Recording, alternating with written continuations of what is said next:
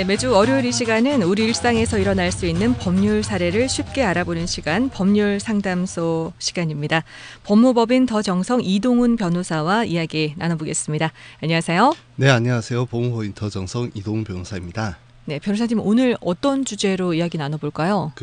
올해 1월 학교폭력 실태조사에 따를 경우 울산 지역에서 집단 따돌림, 스토킹, 언어폭력 등 청소년들의 학교폭력이 증가한 것으로 조사가 되었습니다. 네. 그리고 특히 초등학생 학교폭력 피해 응답률이 중, 고교생보다 높게 나타났습니다. 그렇군요. 그래서 퇴근 중에 듣고 계시는 시사팩토리 청취자를 위해 학교폭력에 대해 피해 학생인 경우와 가해 학생인 경우를 나누어가지고 1, 2부로 나누어 알려드리고자 합니다. 네, 그렇군요. 최근 뉴스에도 연예인들이 과거에 학교폭력의 가해자였다거나 또 학교폭력으로 인해서 괴로움을 겪고 또 심지어 자살까지 했다는 소식도 들려오는데, 만약에 학교폭력의 피해 학생인 경우 부모님은 어떻게 대응해야 되나요?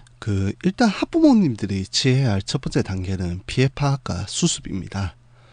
부모의 적절한 초기 대응은 아이가 역경을 딛고 성장할 수 있도록 돕는 발판이 되기도 하지만은, 반대로 소극적인 부모의 대응은 문제를 해결하는 잘못된 방식을 아이에게 각인시킬 뿐만 아니라 이미 받은 상처를 더 깊어지게 할 수도 있습니다. 그렇죠.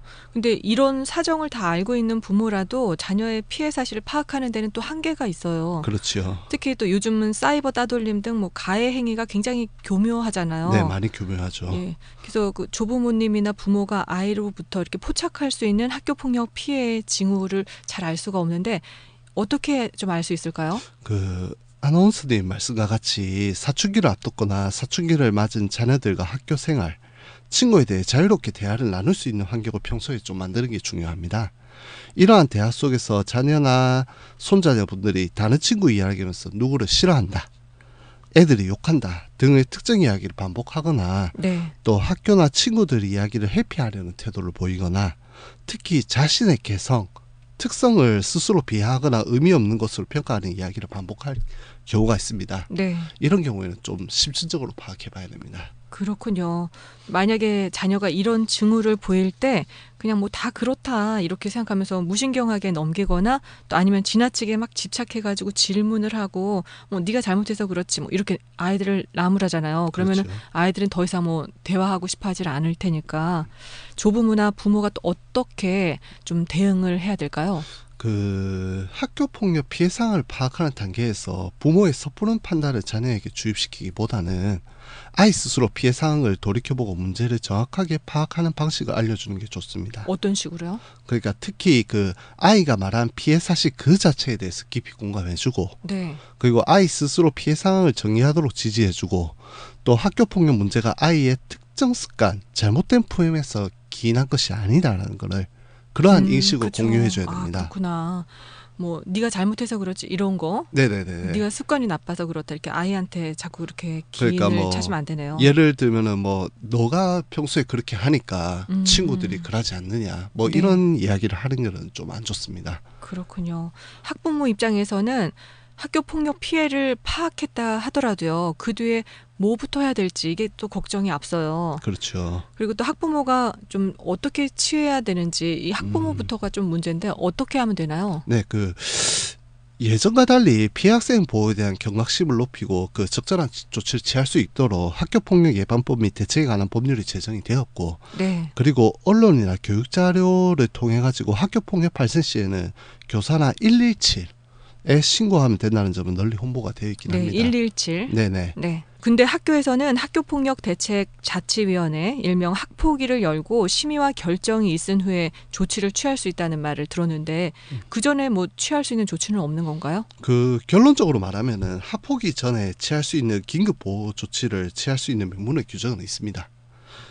요건으로 2명 이상의 학생이 고의적, 지속적으로 폭력을 행사한 경우나, 네. 학교 폭력을 행사하여 전치 2주 이상의 상해를 입힌 경우, 그리고 학교 폭력에 대한 신고 등의 보복을 목적으로 폭력을 행사한 경우, 학교장이 피해 학생을 가해 학생으로부터 긴급하게 보호할 필요가 있다고 판단할 경우에 피해 학생이 긴급 보호 요청을 하거나 학교적 판단하에서 학폭위 심의 없이 가해 학생에 대한 우선 출석 정지 등의 조치를 취할 수 있도록 하고 있습니다. 그렇군요. 그러면은 긴급 보호 요청서를 작성을 해가지고 교사에게 이렇게 전달하는 건가요? 학교폭력 예방법의 긴급 보호 적용 조건으로 피해 학생이 긴급 보호 요청을 하는 경우라고 명시하고 있기는 한데 네. 긴급 이제 저희도 뭐 서면 제출 방식을 좀 추천드리긴 합니다. 네. 그런데 아무리 서면 제출이 낫다고 하더라도 교사나 어떠한 대화도 없이 그 들이미는 형식은 절대 추천드리지 않습니다. 먼저 선생님하고 대화가 좀 필요하네요. 네네. 선생님하고 좀 대화를 하고 서면을 제출해야 그 효과가 좀 극대화될 수 있습니다. 네. 그러면은 피해 학생의 가족은 일반적으로 가해 학생에 대한 강력한 처벌을 원하잖아요. 그렇죠. 일종의 이 가해 학생의 전학이나 아니면 퇴학을 시켜서 우리 아이와 좀 마주치지 않게 이렇게 하고 싶은데 이런 요구가 잘 받아들여지나요? 그 학교폭력 예방법이 정한 가해 학생에 대한 조치 중 가장 강력한 게 네. 그 전학하고 퇴학 처물입니다. 그러므로 학교폭력 행위의 경중과 지속성, 반선 정도를 고려하지 않고 모두 전학과 퇴학을 조치하는 것은 원래 취지하고는 좀 맞지가 않습니다. 그렇군요. 네. 그 외 조치로 그 학교폭력 예방법 제17조 제1항에 나와 있습니다. 참조하시면 됩니다. 네. 그러면은 가해 학생의 적절한 처벌을 원한다면 어떻게 해야 돼요? 그 가해 학생의 적절한 처벌을 원한다면 피해 사실을 입증할 증거를 잘 수집해야 됩니다. 네. 그것도 이 피해 받은 학생 부모가 해야 되는 일이네요. 네네네. 같이. 그 증거 수집에 있어갖고 세 가지 기본 원칙을 지켜야 됩니다. 네. 그 세 가지로는 사진 확보, 캡처, 증인 확보가 있습니다. 네. 그 일단은 사진 확보는 아이가 상해를 당하거나 소지품 등을 파손당한 경우에 사진으로 찍어 놓으셔야 되고 네. 이걸 또 전체 사진으로 찍으셔야 됩니다. 아. 그리고 캡처는 아이의 계정으로 확인 가능한 욕설 및 명예훼손 언사들을 캡처하는 걸 말합니다. 그렇군요. 그러면은 증인 확보는 어떻게 해야 되나요? 그 제일 어려운 문제가 증인 확보입니다. 그 증인이나 제3자 진술을 확보하고자 미성년자인 학생에게 강압적으로 요구하는 경우가 있습니다. 네. 그런데 이 경우에는 법적 책임이 발생할 수도 있습니다. 유의하셔야 그렇군요. 됩니다. 네. 일단 부모 등 보호자의 양해를 구한 뒤에 보호자의 입회하에 진술하거나 진술서를 작성하도록 해야 됩니다. 그렇군요. 그럼 목격 학생을 만날 경우에도 부모님한테 먼저 말씀드리고 예, 부모님 같이 입회하에 같이 이야기를 나눠야 네, 되는 거네요. 그렇게 해야 됩니다. 아, 그렇군요. 근데 목격자 부모님들도 비협조적인 경우가 많을 것 같아요. 네, 좀 이제 이런 데 끼고 싶지 않다 그쵸. 이런 케이스가 좀 많긴 하지요. 네. 그래서 일반적으로 학교 측에 실태 조사를 요청하는 편이 더욱 적절합니다. 그 네. 학교폭력예방법 제14조 제5항은 이 경우를 대비해서 피해 학생 또는 피해 학생의 보호자는 피해 사실 확인을 위하여 전담 기구의 실태 조사를 요구할 수 있다고 규정하고 있습니다. 그렇군요. 만약에 학폭위에서 정한 가해 학생에 대한 징계가 마음에 들지 않은 경우가 있잖아요. 너무 약하다 이렇게 생각을 할 수가 네, 있는데 보통 그럼 피해 일반적으로. 학생의 그 부모가 대응을 할 수 있는 뭐 어떤 수단이 있나요? 네, 그 이럴 경우에 피해 학생 또는 그 보호자가 그 조치를 받은 날로부터 15일 이내, 네. 그 조치 있으면 안 날로부터 10일 이내에 학교폭력 대책 지역위원회가 있습니다. 네. 여기에다 재심을 청구할 수 있습니다. 그리고 만약 학교폭력 대책 지역위원회 결정에도 이의가 있다면은 그 통보를 받은 날로부터 60일 이내에 행정심판 청구도 가능합니다. 그리고 학교폭력 예방법에는 규정되어 있지 않는데 네. 행정소송법에 해당 처분에 대한 취소소송을 제기하는 방법도 있습니다. 그러면은 이런 그 결과가 나오기 전까지는 같이 학교를 다녀야 되나요? 일단은 그 긴급 보호 조치로 그 분리를 합니다. 반을 분리하는 일단은 케이스가 분리. 되게 네. 많기 때문에 조금 부족하긴 하지만은 이제 음. 그렇게는 보호하고 있습니다. 그렇군요. 그러면은 가해 학생에 대해서 경찰에 고소하는 건 또 가능한가요? 네, 가능합니다. 그 경찰서나 검찰청에 고소장을 제출하는 형태로 진행하시면 됩니다.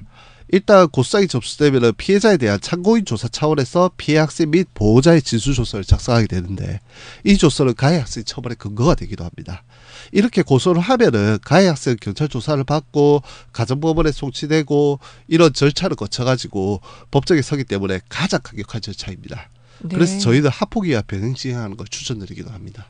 그렇군요. 가해 학생이 처벌을 받았다고 하더라도 이에 대해서 합의금을 지급하거나 또 피해 배상을 하지 않으면 민사소송을 사실 제기할 수밖에 없잖아요. 그렇죠. 근데 또 이 민사소송 절차가 상당히 또 시일이 오래 걸리고 피해 학생이 계속적으로 지출해야 하는 치료비나 상담 비용도 만만치 않은 걸로 알고 있는데 만약에 경제적 사정이 여의치 않으면 이런 거 어떻게 해야 되나요? 이러한 그 피해 학생 측의 고통을 고려해서 학교폭력 예방법에서는 가해 학생이 부담해야 할 손해배상금 중 일부를 학교안전공제회 등이 우선 부담할 수 있도록 규정하고 있습니다. 학교안전공제회 등이 치료비를 우선 부담하고 네. 이후 가해 학생 보호자에게 구상받는 형식입니다. 학교 안전공제의 비용을 청구할 때는 학교 안전사고 예방 및 보상에 관한 법률 제41조에 규정된 방식에 따라야 되고, 교육부에서 공식 블로그를 통해서 청구서 양식과 청구 절차 등을 안내하고 있으니 참고하시면 좋을 듯합니다. 아, 그렇군요. 다양한 방법으로 피해 학생을 보호하고 있네요. 오늘 학교폭력 피해 학생을 위한 좋은 정보 감사합니다. 또 이런 일이 없었으면 좋겠어요. 그렇죠. 없었으면 좋겠죠. 네, 지금까지 법무법인 더정성의 이동훈 변호사와 함께했습니다. 오늘 도움 말씀 감사합니다. 네, 감사합니다.